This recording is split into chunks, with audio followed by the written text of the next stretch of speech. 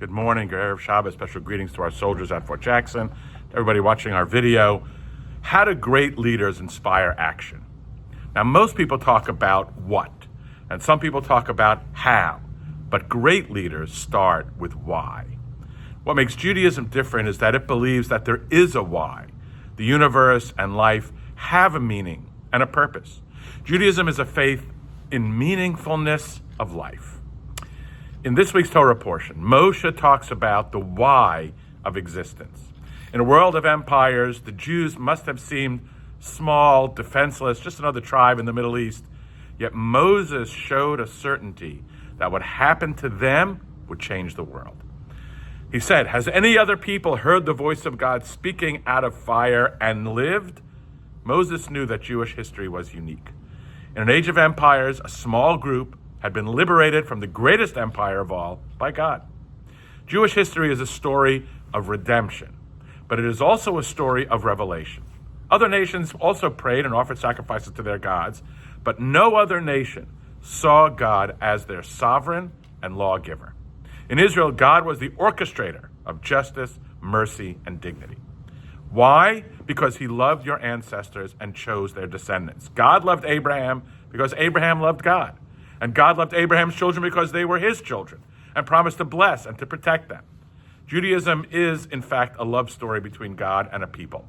But Judaism was never meant for Jews alone. God, of course, is the God of all humanity.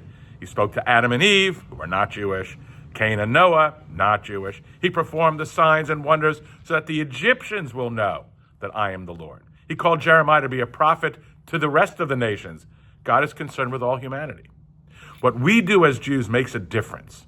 We're examples of what it means to love and be loved by God. Other nations would look at Jews and sense that some larger power was at work in their history.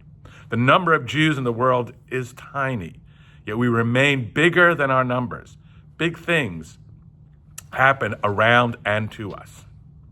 Our job is to be God's ambassadors to the world, giving testimony through the way we live that it is possible for a small people to thrive under the most adverse conditions, to construct a society of law-governed liberty, and to act justly, love mercy, walk humbly with our God. This is the mission statement of the Jewish people. A lifetime lived in the public square has taught me that non-Jews respect Jews who respect Judaism. In fact, non-Jews find it hard to understand why Jews abandon their faith or define their identity just purely in ethnic terms. The world in its current state of turbulence needs the Jewish message, that God calls on us to be true to our faith and a blessing to others, regardless of their faith. Imagine a world in which everyone believed this. It would be a world transformed.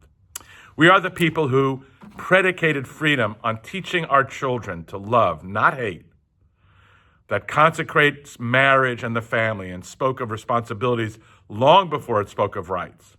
Ours is the vision that sees the alleviation of poverty as a religious task, because you cannot think exalted spiritual thoughts if you're starving or sick or homeless and alone. We do these things not because we are conservative or liberal, Republicans or Democrats, but because we believe that it is what God wants of us. Look, much is written about the what and how of Judaism, but all too little it is about the why. Moses, in the last month of his life, taught the why, and that is how the greatest of leaders inspired action from his day to ours. If you want to change the world, start with why. Have a wonderful Shabbat.